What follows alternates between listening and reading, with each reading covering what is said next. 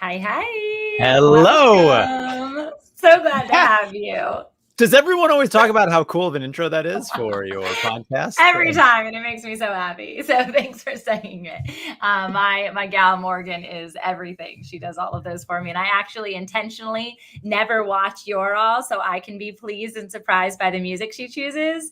And I feel like there's always like a really cool synchronicity to the person's personality and the music that she chooses. So I need a gal Morgan. Yeah, you do need a Morgan. Everyone Morgan, needs a my Morgan. number is 310-555. No, Morgan. She is tapped out. I have tapped her out. I think she thinks I'm a crazy person half the time, but she is amazing and my best friend, so it works out. But you look like you're 12 in that picture, by the way. I am 12. You're 12. Oh, great. Yeah, I am 12. I've fit a lot of things into my life. You have. You're so wise. You're a wise sage at 12 years of age. It's amazing. You literally look ageless, though. I'm curious. Do people ask you how old you are? Like they tell you not to do that to women, but did people ask you all the time? They do. No, you know what? People often tell me who I look like, not what I look like, and or how old. I think you're right. I think people just don't really ask men or women anymore how old you are. So that's good. They don't. I'm asking live on the Fit and Faith podcast. I'm old enough. Old enough for all of the things. Okay, I have a wonderful little picture of myself that's really, really old in a closet, hung away like Dorian Gray. No, you know what, Tamra, I feel like I grew up in New Jersey. Okay. And I don't know, where did you grow up? Virginia Beach, not too far Virginia away. Beach, great. So you can, and you look fantastic. You can attest to this. When you grow up in a very humid environment, like that's just your natural moisturizers. It's just naturally moisturizing your skin. Because like in Virginia, same thing in New Jersey. Like especially in the summer, you get out of the shower, you're wet. Like you dry off and you're wet again. It's just natural moisturizers. True. So, and then I also like clean living. I also do clean. I like that. I don't smoke, don't drink, stuff like that. Yeah. So I think that has really helped as well. Likewise, I'm the same. And it's a huge part of like my husband and I's fitness journey, well-being, health, all of that. And it's really aligned to the whole reason I started the podcast too. People think I'm a little nutty in some of the realms, but like I haven't been drinking for 20 something months, over 2 years at this point. And that change was one of the things that I thought was going to be like the straw that broke the camel's back, because we stopped getting invited to like all the brewery hangouts with all the cool parents. Right. And we were like, our friends think that we're not cool anymore. Right. And we're like, we're still fun. We're still really fun. And then they would come over and hang out with us, and we would feed them to like the most amazing nth degree of goodness, because my husband's a cook, and by just not by trade, but by passion.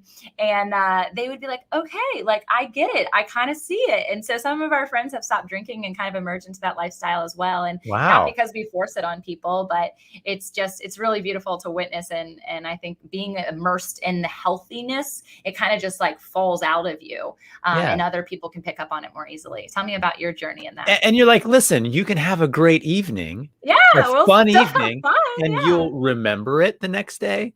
and you won't regret it the next day. 100%. And we always do like the juxtaposing position of people who work out, and like, you've never worked out that you've regretted it. You never do. Right. And so you've never regretted waking up without a hangover, ever. And Right. so, and I was selling wine for a while, still Really? like what I would imagine was clean living. Oh yeah, I was a bartender back in the day, cocktail waitress, all the things. Alcohol is very ingrained in both of our storylines based on our family. And so we just one day, based on my son actually coming up to me and being like, "Can I have some of that?" And I'm like, "No, absolutely how old was not." he? Right? He was 5 at the time. Oh. I'm like, "Definitely not." And he said, because we have such a clean household, he said, "Well, how come you put something in your body that I can't put in mine?" And I was immediately convicted. And I was like, nope, I refuse to be that example for my child of like, this is a mommy drink, right? And so it's been a huge part of our story. And it's not to say I'll never drink again. If I go to Spain and I'm offered like a wine, or Argentina, I might indulge. But right now I'm like, nothing here is that good. So I'm all right. Yeah, it's so interesting about like the mommy and daddy stuff. Because even like if we have a soda or something, and sometimes we'll say to our little kids, this is a mommy or daddy drink. And then you step back and think, why on earth are we why are we describing it like that? And it's so interesting. Well, you guys, I haven't even formally introduced you, who you're hanging out with today, but I was reading his whole bio, which he doesn't even know fully what it says, because other people do things like that for him, which is amazing, and I love it. But there were some things that I needed you guys to know about, because I think Eric is incredible. We got connected via Clubhouse a few months ago, and the biggest thing that I want you to know that is not in his bio is his philanthropic heart to serve people. And I think above all things, whoever does the bio needs to integrate this, because you are passionate about people and serving people really well, to the nth degree. In fact, not only in your time, but in the language that you use and the lifestyle that you lead. But he is what others would see as an actor. He's a content creator, a voiceover artist. He's been in so many incredible shows and stories and commercials, things like Monk and Scrubs and Ender's Game, which I wasn't familiar with. Lord of the Rings. I mean, this is so fun. Tell me more, because I want you to firsthand share about your experience in the acting world and how it kind of leads into everything that you do today, especially in the improv thing, which we'll get to later. Okay, well, I guess I would say that I am a hyphenate. This sounds so ridiculous. Perfect. Right? But it's true. I have been truly blessed to be able to do a lot of things and a lot of different things in my life, particularly in the entertainment industry. I've been in the Los Angeles area for over 20 years as a working actor. And I do have to just 12. He's not 12. I'm not 12. Yes, I didn't do it pre-womb. I am going to say, I do have to correct. I was not in the Lord of the Rings movie, but in the video games, Lord of the Rings video games, because I've done a lot of voiceover. Really cool. Still really cool. A lot of voiceover. Actually, I've done different voice matches, and so I've done a lot of voiceover, a lot of on-screen things in every medium that you can think of: commercial, industrial, movies, TV. And I absolutely love it. I love doing it. It's so fun. It's a wild ride as a human. And certainly when I became a husband and father, it changed a little bit. That ride changed a little bit, because there were some degrees of stability that I needed. And so I do a number of other things as well now. And it's great. I just love to entertain. I will say, I'll share with you this. One of the things that really helped set me on the path of the entertainment industry, and Tamra, like you mentioned, now in this world, there's also content creation, and so I'm also what would be considered a content creator, an influencer. Like millions on TikTok, no big deal. Yeah, that's true. I've like 4 million followers on TikTok, which still boggles my mind. When I was a young lad, when I was younger and I was in college and I was studying to be I have an economics degree. So I was not considering pursuing. I always loved to perform. I always loved to do that. I was not considering acting, but I had a variety of different experiences in my life, which I truly feel like led me down that path. And one of them was an experience where I was just doing this little community play just for fun as a pastime. Because I was doing the econ thing. Like, am I going to be an Yeah, you investment needed a banker? release. Yeah, of Yeah, course. yeah, exactly. Like growing up in New Jersey, I knew all the people I mean, going to my church. My church was full of iBankers, oh, I right? bet. Investment bankers. I bet. Every bank, every you could name, you could throw a pebble and you'd hit somebody who represented a major investment bank in our congregation. And so I was doing just this community theater thing. And I remember it was this really original production by the old couple who owned this little theater, community theater. They would write their own musicals. It was called The Cruise of Love. And it was like this just cheesy, schmaltzy, ridiculous kind of Love Boat-esque type of play, but totally clean and family friendly and really fun. And I played this ridiculous, like, shipmate type of character. And I just remember there were some people that were in the front row. They were just laughing so hard. And now, I'm not saying this to pat myself on the back that I was making them laugh, but I guess I was in some instances making them laugh. But the joy it gave me to give them so much joy, that was one of my sort of transformational experiences in the career path that I decided to take. Now, obviously not the only one, but to talk with them afterwards and they're just laughing and smiling and knowing that I was a part of just making their night. I have no idea what kind of day they had. I have no idea what kind of day they had the next day. Hopefully they woke up the next day and had a smile on their faces. But realizing that kind of impact you can have on someone's life has had such a great impact on my life and in what I do. So all the things that you were mentioning in the beginning, I guess to kind of go back to that, all the things you were mentioning in the beginning have all been a part of this desire of mine and pursuit of mine to just positively affect people. And I've always viewed my career in that way. I try to avoid doing certain types of things that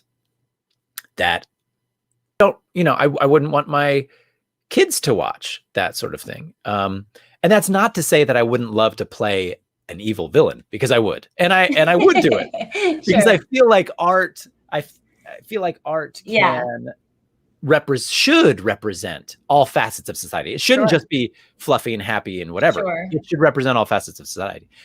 But I don't have to play an evil villain and show, doing certain things that would have a terrible influence on things. So there's really sort of a fine line, I think. But just to be inspirational, it's an important part of what has defined everything that I've done over the last couple of decades. It's really amazing. And as you said the word joy, that word like speaks to my soul, because it's so much about like who I am and my brand and my connectivity to my faith and how I hope to exude and make that impact in the world, bring a smile to people's face, right? And create that energy and overflow. I'm curious, were you experiencing joy in the econ realm before you? Okay. I'm like, how did that correlate? So I did, in a certain respect, yes. I tend to have an aptitude for math stuff, but I also love theory. And so econ is a great mixture of math, theory. And so I want to just make sure publicly I say this is not a slight on anything econ. I mean, my brother got an econ degree. I love economists. Okay. There's some really great econ jokes you can tell, but I'm not going to. So economics has an important part in society. And I will say I had an experience, and this actually goes along with, I don't know, like, calendar-wise, we obviously just recently passed 9/11, another anniversary of 9/11, 20th anniversary of 9/11. And it hit me very strongly, Tamra.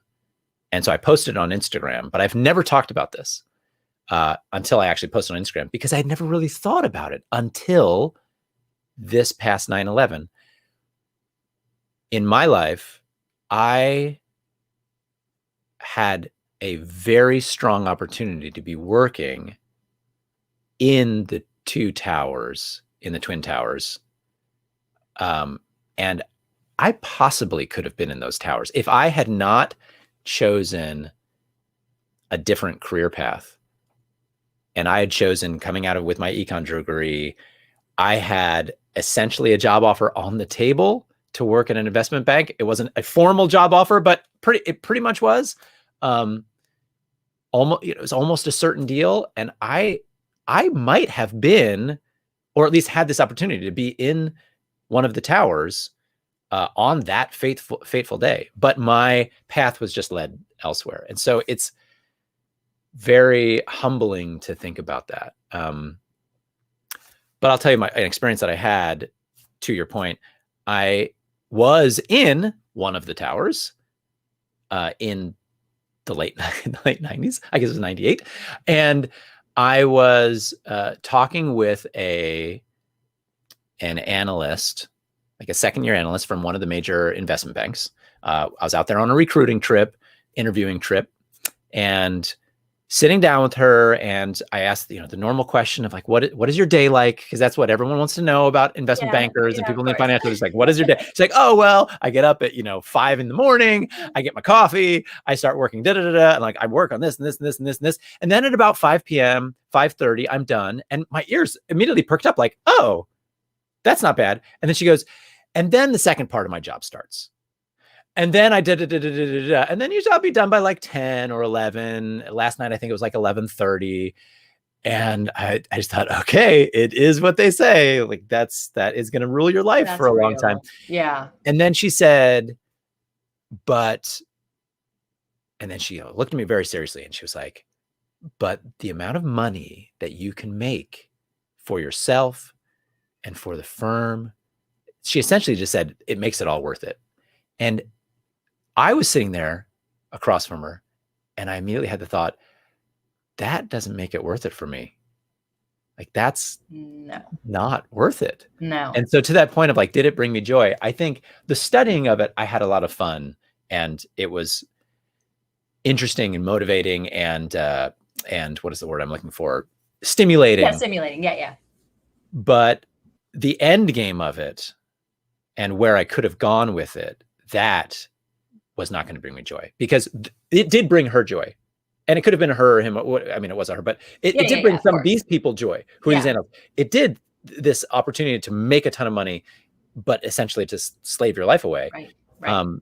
But for me, that was not what brought me joy. I immediately thought, I want to get married. I want to raise a family. I want to, I want to live a life of faith. And you can obviously live a life of faith when you're doing that. But like, I want to serve, and it was just not what I wanted. Yeah. And I think that there has to be that conversation of like that quality of life piece, and what are your values, and what does that look like, and how does that actually live out on a day-to-day basis? And interestingly, while I was an entrepreneur through my 20s, I'm still an entrepreneur, but at the time, not in my faith to the extent that I am now.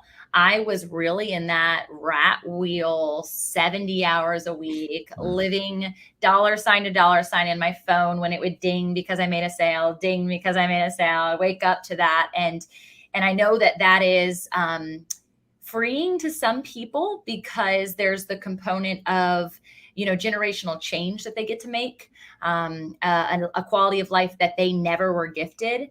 But I didn't live necessarily a poorly impoverished childhood, right? And so I always pretty much got what I wanted, not to the extent of like, we still walked to the VCR store to get VCR and pizza, to rent the VCR when I was little. So don't let me paint a picture of what I might look like now. But I want people to understand that like, money doesn't drive quality of life, but it can provide a better quality of life. Just not at the expense of, and it sounds like for both Eric and I collectively, not at the expense of our time. And so where's the valuation in that? Certainly. And I also want to be clear. It's obviously, we're not saying that making money is a bad pursuit. And, no. And earning money is not a bad thing. None of that over here in the entrepreneurial. We all want as much money. Lots of money. We all want as much money as we can get. So yes, making money and providing for a family. And if you do have to be working that many hours in order to provide, like that is not an evil thing. It's not a bad thing whatsoever. And it's very noble. And we need to provide for a family. And certainly I put in a lot of hours in things that I am doing. And don't make as much money as I could have in a different pursuit. And I understand that.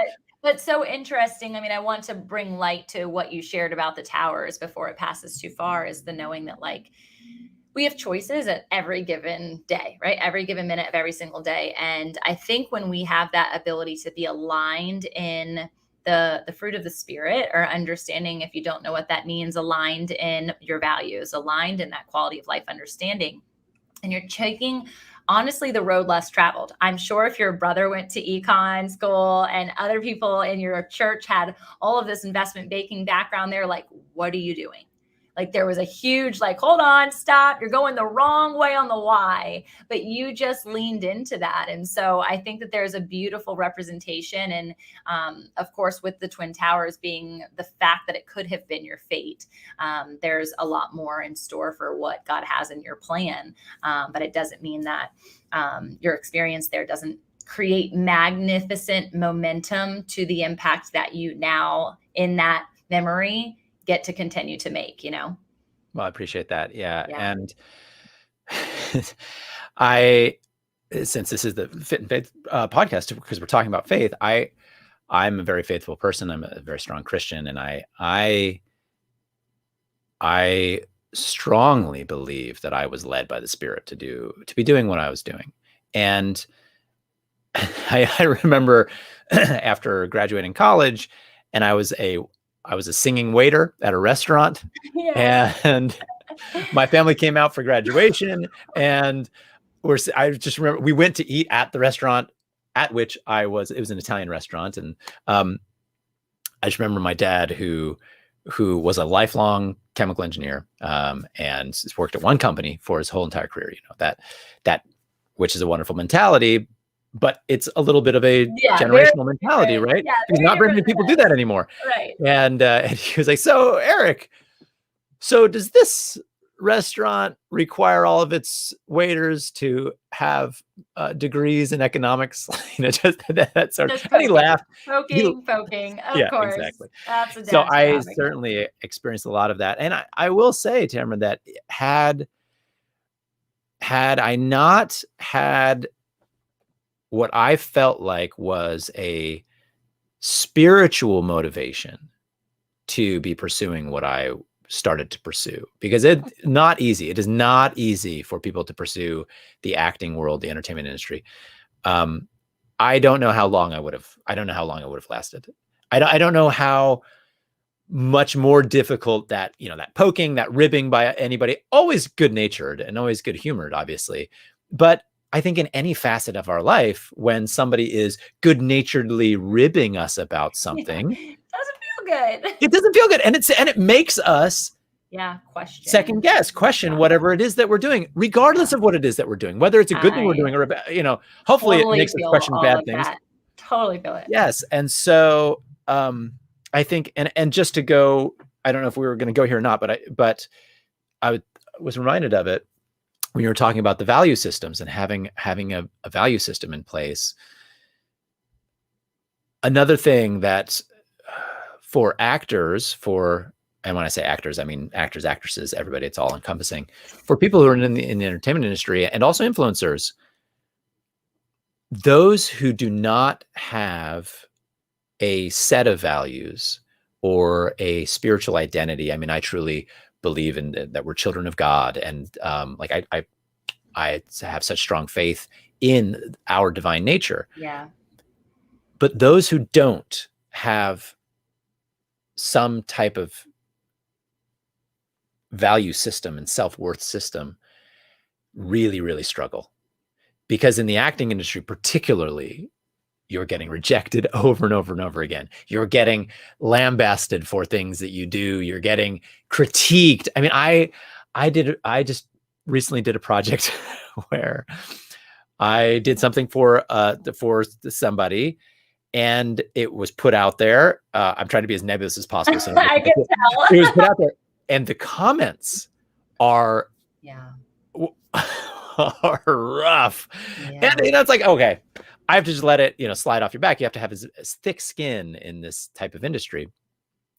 But if you don't have some type of source of self-worth, that, if you feel like you're a children of God, or even those who don't believe in God, they can still have another set of sort of self-worth values. And if you don't have those and you start to put your self-worth in what you're doing for work, or how that's going, that's where you start to see so often abuses that happen, self-destructive abuses, depression.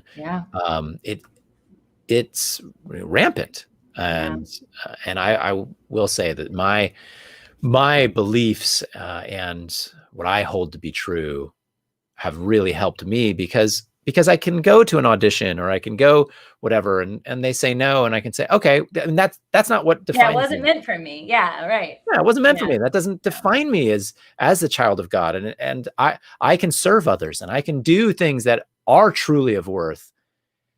That's what defines me. I'm super curious as you're saying this, because I 1000% agree and concur. And the identity conversation is a huge part of the transition to go from where I was to where I am now. And what I see as, like, I think with biggest empathetic eyes that I could possibly have, and why I think when you're in congruency and aligned with your spirituality and your identity, you have that like-heartedness of Jesus and God himself, to be able to see the void and the vacancy in humanity, and not all of humanity, but humanity who doesn't have that rooted identity. Did you ever waver in that faith system or that belief system of who you are? Did you ever have a season where you were like, are they right? Am I not worthy? Am I not valued? Or has it been more of just an experience of witnessing based on where you are in the industry? That's a really great question to think about. I personally have not necessarily had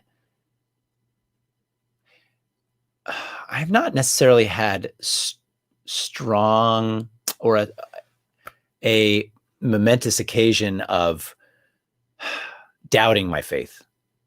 I will say I've had experiences in my life that truly put me in a position where I had to really examine, like, I had to examine more, is this really who I am, or is this really what I'm going to do, as opposed to, is this really what I believe? I've always had a very strong belief system. I was a missionary for my church for a couple of years. I've always had a very strong faith in that sense, but I certainly have had some experiences where, like one experience in particular, and again, I won't go into details, but where I've felt horrifically betrayed by some who I considered extremely close to me. And that is a tough experience. And during that experience, I had to think, okay, this is where the rubber hits the road. Like, do I believe in Christ and his teachings of forgiveness and of charity and pure love? And if so, I need to practice it. Otherwise, it's going to kill me. Yeah, for real. Yeah, unforgiveness otherwise, is like, real. it's going to kill me, or I just have to, like, let it all go away. And so I don't know if that necessarily answers the question. No, it does 100%. I think from a different angle, which is a refreshing angle, not in the sense that it makes it lighter for what you experienced or the processing piece of it. But I think that there are a lot of people who tune into the podcast who haven't had that, like, major identity crisis, right? Like I have, or they haven't really felt like their testimony lends itself to, like, let me tell you this massive trial or tribulation that I went through that then woke me up, and I all of a sudden was on the side of the road and, like, met Jesus, right? Right. And not to say you haven't had pivotal experiences in your faith for that. Simply the example that you gave at the very forefront, I think, is just as miraculous as another, like, healing miracle, right? But I think that it's important for people to hear the lens, especially with the environment that you're in and what we hear on the consumer side of, like, that Hollywood lifestyle, for you to be immersed in that space and still be able to keep your identity, gives me hope. And I'm grateful that there are people like you, right? There are people like you that that are in that space. And so I know that you've done so much, not just in those spaces, but now also in the entrepreneurial business realm too. So I'd love for you to share about the congruency. Does your faith ever fall into those places from an actual vocality perspective? Do you ever voice your faith? Or is it more so like, this is the premise of who I am, and people can assume or ask if they'd like? I think it's more the latter. Yeah, more the latter.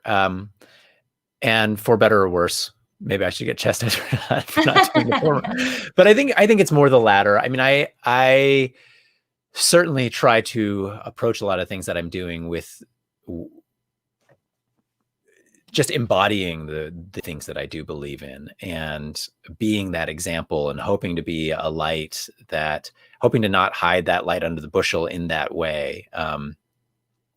And certainly sharing if asked about it. We live in a tricky time too, a very polarizing time. And so it can be there are some instances where you have to weigh how vocal can you be in some situations, or how vocal should you be. But you can always, if you are vocal, you can always rest easy at night, I guess. Right. Yeah, So, 100%. That's a great way of looking at it. Like Jesus was for everybody, but not everybody was for Jesus, right? Right. And so I always think about it from that perspective. And I've even been in environments where it's all Christian oriented, and they're like, you shouldn't call yourself a Christian business coach. And I'm like, what? Why? And they're like, well, one, you're gonna have a really cheap audience. They're never gonna pay you. And I'm like, that's terrible. And two, like, you're more than that. And I feel like you could affect change in different realms and different environments if that wasn't the label that you put on yourself, and the label that Christianity has created for itself based on flesh, not based on Jesus, but based on humanity, choosing to do things like you had that experience of betrayal from someone. They might have been connected to their faith. And then you question, like, wait, hold on. Are they actually aligned? Are they not aligned? Is this real? Is this not real? And so I think Christianity in and of itself, it can be polarizing, even inside the faith system, even inside the brotherhood or sisterhood that we know to be true. And so it's been an interesting journey for me to have that forward facing piece to what I do. But I've had many different belief systems on the podcast, and I am a seeker, right? Like, and he calls us to seek, and then we will find. And because I read the Bible does not mean that I have clear premise on anything. Like, it just is my revelations and my interaction. And so I'm still so much in the becoming phase of my faith, and always looking for more answers, and looking for more clarity, and looking for more alignment and more revelation, because I don't feel like I'm going to get that fully until I'm in heaven. So I think it's important for us to constantly be okay to put ourselves in uncomfortable environments. And I have found that I have learned more about my faith and my belief systems when I'm in conversations with people who are not aligned to my perspectives than for those who are. Certainly. I mean, I experienced that as a young man, as a missionary, where talking, and you can, when you're put in a position to essentially defend your faith, that's when some of your greatest testimony building experiences can happen, because it's making you analyze it, making you feel what you are testifying about, and the Spirit will come into your life and into your soul when you're testifying of something. So certainly. Yes, And I think the other thing that I found really funny about not funny, but what you're saying was about the comment of, it's a cheap audience base, so like, oh, come on, really? Like, like, I am changing that. Like, Christians are wealthy. Christians yes. are wealthy. Christians are wealthy. Christians are wealthy, right? Like, it drives me crazy. And I think that's a hard point of conversation with almost every single one of the clients that I started out the gate with. And my clientele has shifted a bit as I have emerged into my expertise, but it was a really hard thing to confront, because there's this blanketed understanding that, like, I am a missionary. and missionaries don't make money, and therefore I serve God, and therefore I cannot pay you because I don't have any money. And I'm like, well, how does this work? How do we expand anything without resources? Right? There has to be resources for expansion. We have to get with money to the mission field. And we have to get with money, with resources when we get to the mission field to serve those nations. And so that's the calling, and calling needs resources. And so here I am, and I want people to make money. as do I. Yeah, it's important. So one of the ways that you do make money, and I'm so excited that I'm going to be able to witness and experience this firsthand soon, hopefully at the Kentucky conference, is with improv.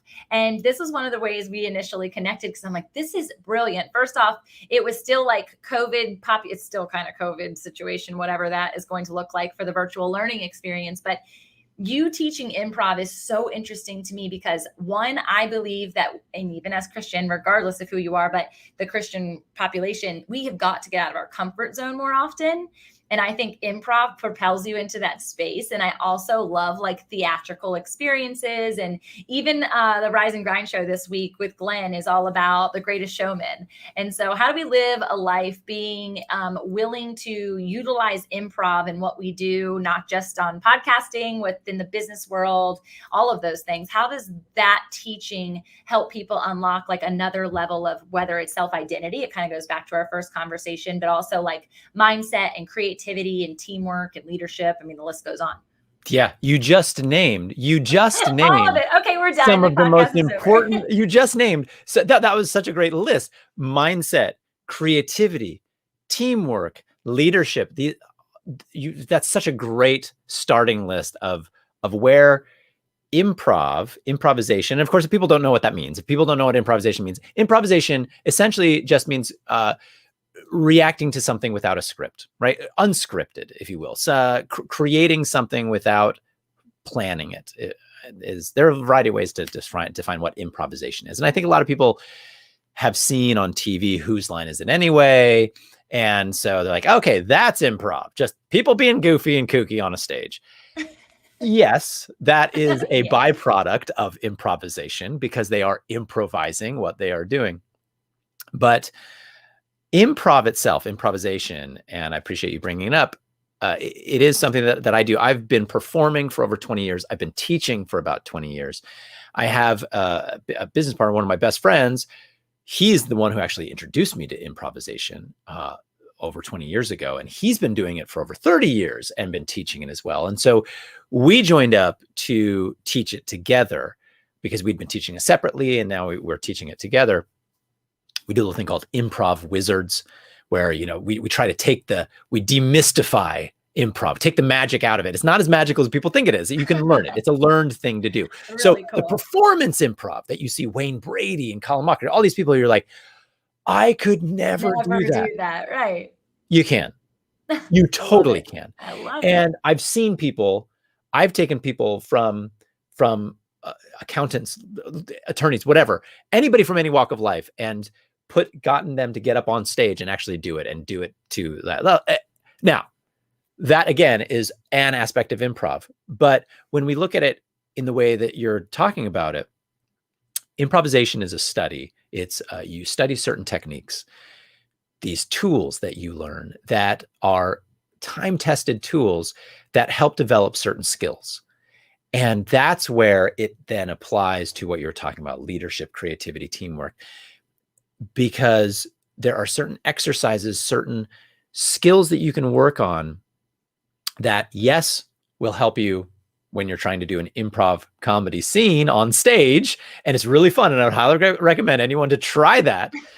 But what it does when you're learning improv is I would like to talk about it, and physiologically this isn't necessarily correct, but I like to think about it as there are certain muscles in your brain that you can target. Now, you're a person of great fitness, and you totally understand. I think people can understand, look, I'm going to do curls and I'm going to strengthen my bicep. Which, by the way, it's so funny when you talk about like biceps and how they're not as important to strength Yeah. with anything else. Or I'm going to do Anymore. squats, right? I'm Yeah, going to do yeah. squats and I'm going to focus on my glutes. No And mobility. I, No you know, mobility. exactly. Or I'm going to do calf raises and I'm just going to really focus on my calf. You can isolate certain muscles in your body physiologically and strengthen them so that then they will react strongly without you having to think about it. Same thing with your brain.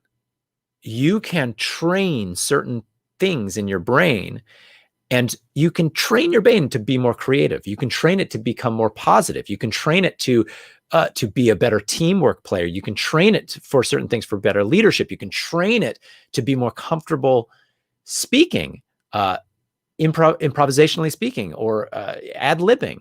You can practice and train all of these individual little muscles, quote unquote, in your brain, so that things become much more second nature. And it is, I can't talk enough about it, Tamra. It is life transformational improvisation training. And I think a lot of people just don't quite want to think about that because they schlep it into this, like, oh, whose line is that anyway? Yeah, Like, that's yeah, improv. like that's not for me, but it's not for me. actually for everyone. It is. It's actually for everyone. Really and is. just to bring up a couple of examples, like when you take teamwork into as an example, there's something that is like one of the largest tenets of improv, and it's something that's called yes and. Have you ever heard of that?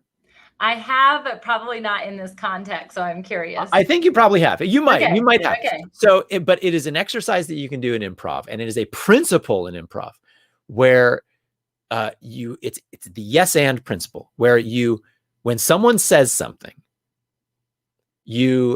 and the way you train yourself in doing it, and if we were doing this a longer time, we would actually go back and forth, and we would do like a little exercise, right? Oh man, okay. But actually, you know what, we're gonna do that. We're gonna do a little exercise. Let's do it, Tamra. So so we're gonna tell a little story. Okay, let's tell. What is the name of somebody? Just bring up a name.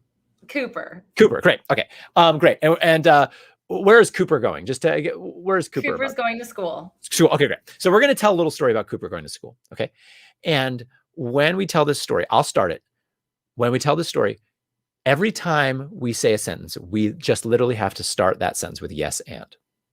Okay. We literally have to start it with yes and. Okay. So, and we'll tell it in the past tense. So, okay. Cooper woke up to go to school.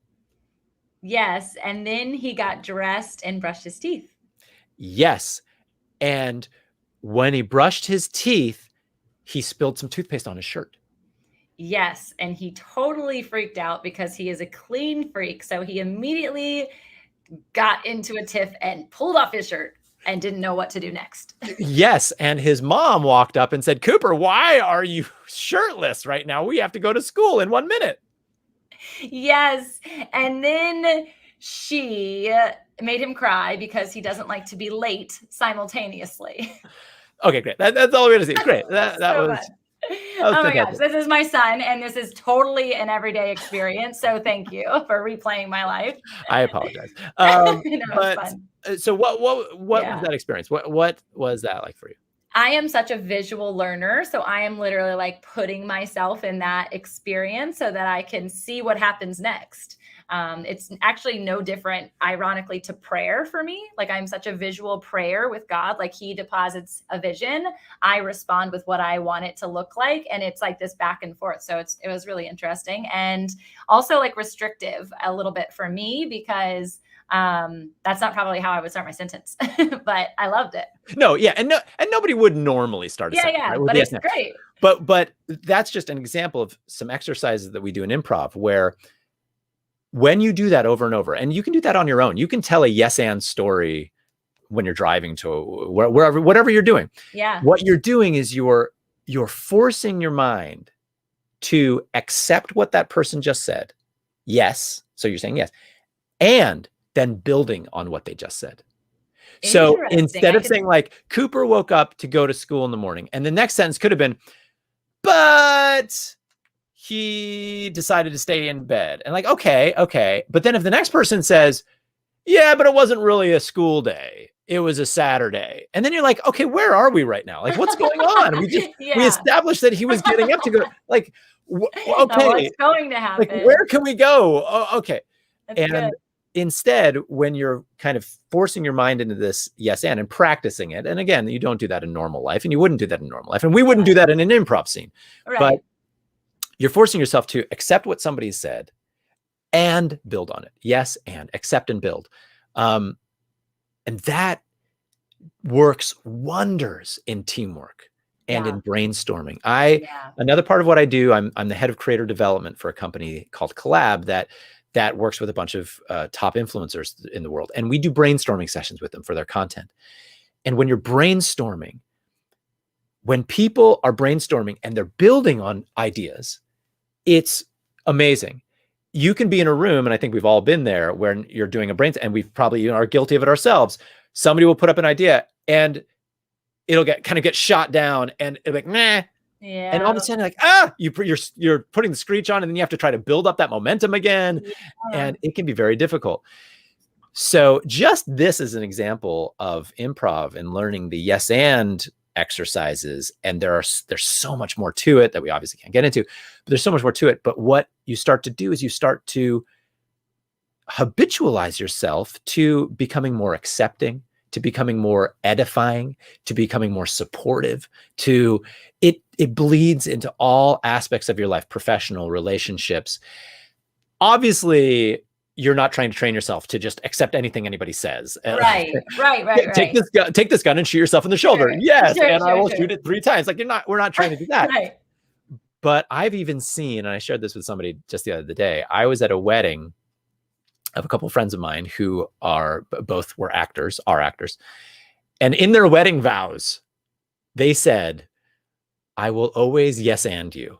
Aww, now, some people thought it was totally cheesy. I love it. But I was like, that is amazing. As an improviser and as somebody who's been an improviser for a long time, I'm like, that is amazing. Because basically what they're promising is I'm not going to shoot down every one of your ideas. I'm not going to try to be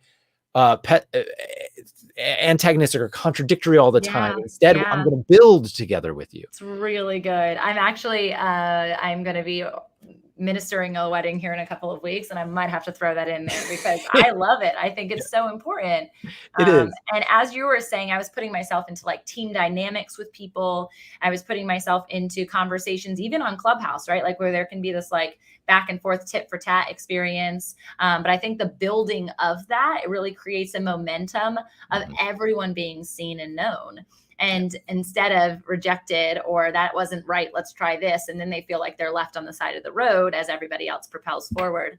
So I think it's really neat. And specifically for content creators, and I didn't know about this other collab is that what it's called? Collab? Collab. So yeah, there's a company called Collab. It's a digital network studio. And really neat. Yeah, it's really fun to do. I've been working with them for a while, and I get to work with a lot of different influencers and creators, and it's but I think really creators, especially because of how viral video is now, right? Like you really have to get good at improv.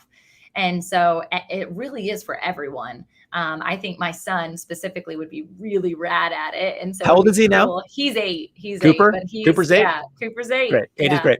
I love that. And improv for kids is wonderful. And what's interesting is, when we were little children, we played like kids play. You watch your little kids and they play, and they start to hit this age where they don't allow their imagination to play anymore, and they start to self-doubt and self-judge. And that's another thing that improv really helps with is overcoming that habit inhibition, right? Yes. Like we create our own roadblock in that regard. Yes. What are they going to think? Well, that sounds stupid. I shouldn't say it that way. And then the creative space, especially when you're working in a team, actually gets deflated because we need those ideas to and we need them to come out. Otherwise, that doesn't like trigger another component of creativity for somebody else. I think that's one of the reasons I love being in large group ideation settings is because you're like, I would have never thought of that. And now we can add this component to it. So I just think it's amazing. I think more people need access to it. I cannot wait for you to do it live in person with me one day and all of the incredible people. It'll be so fun. It'll be so fun. With. Yeah. And so that was just a small example of like one of the things in improv.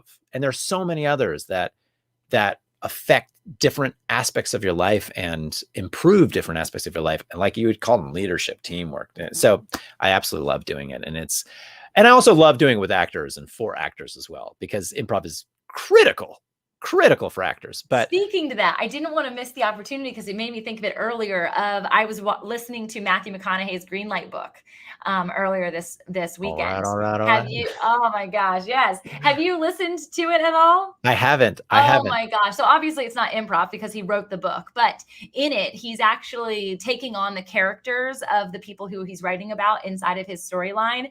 And so it feels like you're watching a video of what he does through his life. And it feels like a lot of improv because he's laughing in certain points and like will roadblock in certain points and call out something loud. It's so intentional. It's so well done. But he made me think about all the improv examples that he set up into how he actually goes into movie scenes. Is he will improv the entire thing on the backstory of the character that was never given in context, but it allows him to fully take on and emerge into that character, and truly like can't have conversations with other people in the room at all because he's so ingrained in character. So if you're going to talk to him, you're actually talking to the person who he is about to become on screen.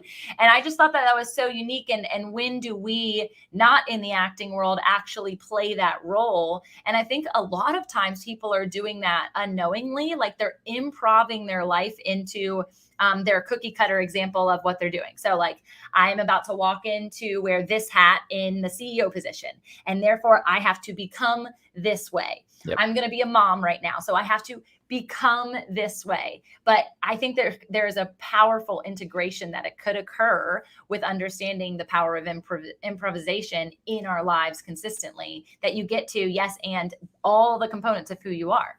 Yes. I mean, you're going to go officiate in a ceremony, right? And yeah, it's not like you are, you don't sit there and tell everybody I am a wedding officiator, right? Ordained pastor, right? But exactly. you're gonna go do it. You're gonna go do it, and it's great. I loved what you said about when you're gonna be the CEO and you're gonna go be this, because we are so many different things in our life, but they should also be grounded in who we are and what we do. But I love what you said. And I'd love to listen to that book. I've met Matthew McConaughey, and nice guy, very nice man. Yeah. And he's just tall guy. Yeah. Tall guy. Tall drink of water. Yes, he is. He has a lot of identity conversation through the book. I haven't finished it yet, so I can't give you a firm founding on like, you got to read it. But from the experiential piece, it's really powerful. And I think the identity piece and how he speaks into faith now, it's been really interesting to watch. So someone was like, it's a little racy, but you should listen to it. So here I am, and I'll give you a full review next time we chat. Great. I love it. All right, Eric, I appreciate you so much. I love what you're putting into the world. We didn't even get to tap into some of the things that I wanted to. So I'm looking forward to having a follow-up conversation with you at some point. But how can people get in touch with you? Obviously, I have all of the links listed. They can follow you on TikTok at Eric Artell. Where would you encourage or want to spend the most time with people? I would say Instagram. They can come, and I never see any DMs on TikTok, so so don't DM me on TikTok. But I do see my DMs on Instagram. So Instagram, again, it's also Eric Artell, or Twitter, it's Eric Artell. They can go to improvwizards.com if they want to go check out some of the improv stuff that we're doing. And if people have kids who want to learn improv, I mean, we have an improv course, an online improv course that people will take in the safety of their own home, at their own pace, and learn some of these amazing things. So they can go to improvwizards.com. Those are probably some of the best ways. Yeah, I love that. I am so excited to experience it. I think it's going to be really fun, and it'll be a fun team building activity as well. Get people out of their comfort zones. I think that's important. Yes. Well, Eric, it was such a pleasure. I'm so grateful to you and so excited to see the life that you're leading. And I know that we'll be in further connection in all the philanthropic side of things as well, which I wanted to speak to. But you are a good human, and I'm grateful to know you. Thanks for being here today. Thank you, Tamra. I appreciate it. Yeah, sure thing. See ya.